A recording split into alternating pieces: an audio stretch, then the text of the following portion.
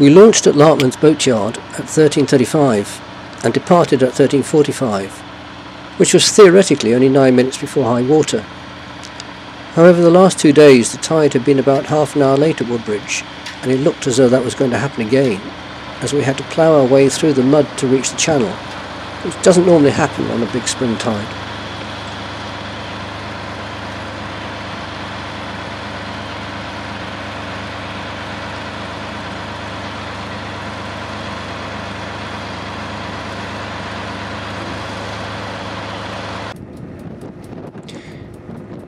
We reached the tide mill at 1400, which was just after the theoretical high water, but the tide was still flooding, and the depth on the sill was only 2.3 metres against the predicted 2.5 metres.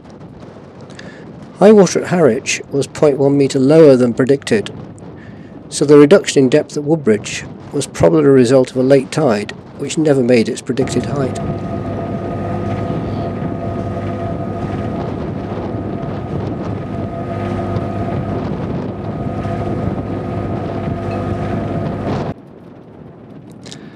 I have always assumed that on leaving the river there will be about 0.3 metres more depth in Loder's Cut than you see on the tide mill depth gauge. This proved to hold good again this year.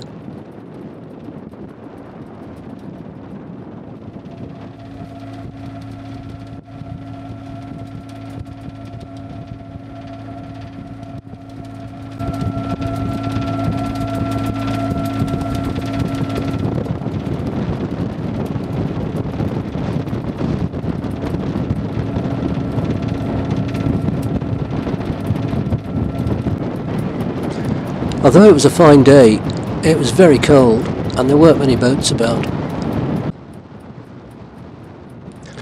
A couple of weeks earlier I had attended a lecture by John White, the harbour master, on the changes to the entrance. He described how in recent years all the groundings experienced by yachtsmen had been as a result of running aground on the western shoals. No one had run aground on the Knolls or the eastern spit, probably because the water tumbling over the eastern spit is very obvious, whilst the western shoals quietly waited to trap the unwary, particularly on the flood when they were set that way by the tide.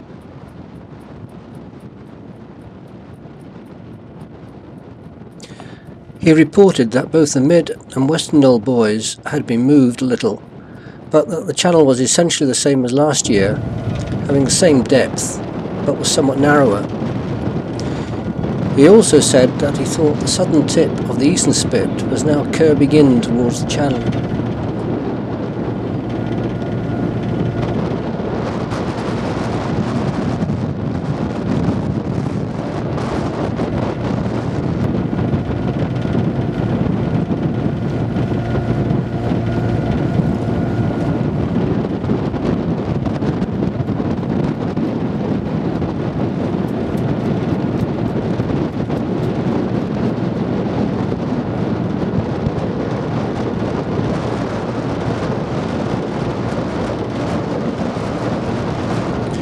The usual advice to move across to the mainland shore, having passed the Deben Bar off Felixstowe Ferry Sailing Club, still applies in order to avoid the spit sticking out from the big knoll.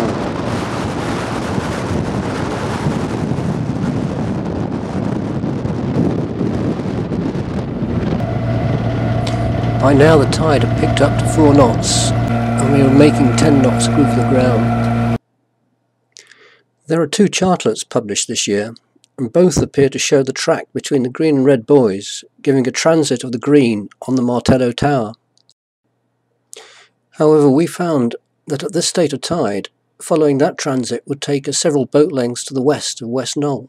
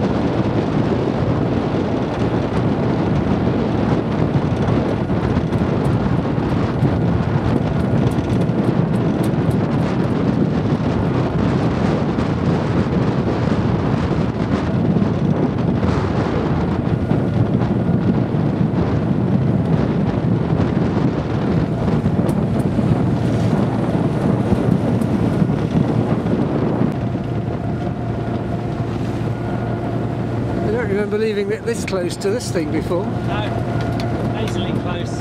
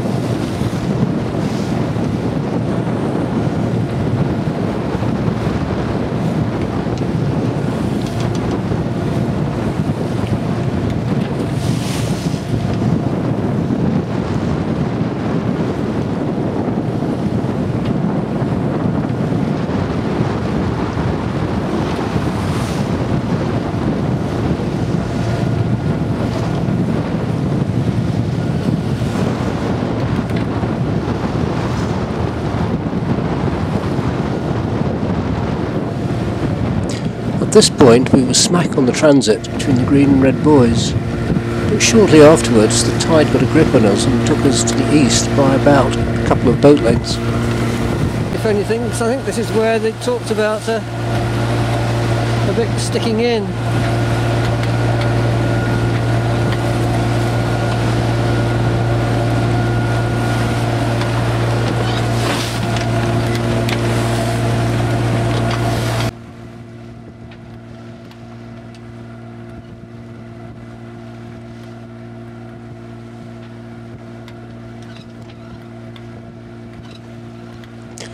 Looking through the camera viewfinder, I had struggled to find a decent transit to line the Midnole buoy up with. However, when I looked at these images on screen, I realised that the best transit was on the gable end of the second white house to the left of the Martello Tower. That keeps you nicely on track. We found a least depth of 2.8 metres, 1 hour 50 minutes after high water. I estimate we lost about 0.3 of a metre by straying slightly east of the track. A fellow club member who came out the day before, at a similar time of tide, found a least depth of only 2.5 metres when he strayed slightly west of track, but over 3 metres when he was back on the track. If you're close to your safety margins on depth, it does appear to be important to stay exactly on the track this year.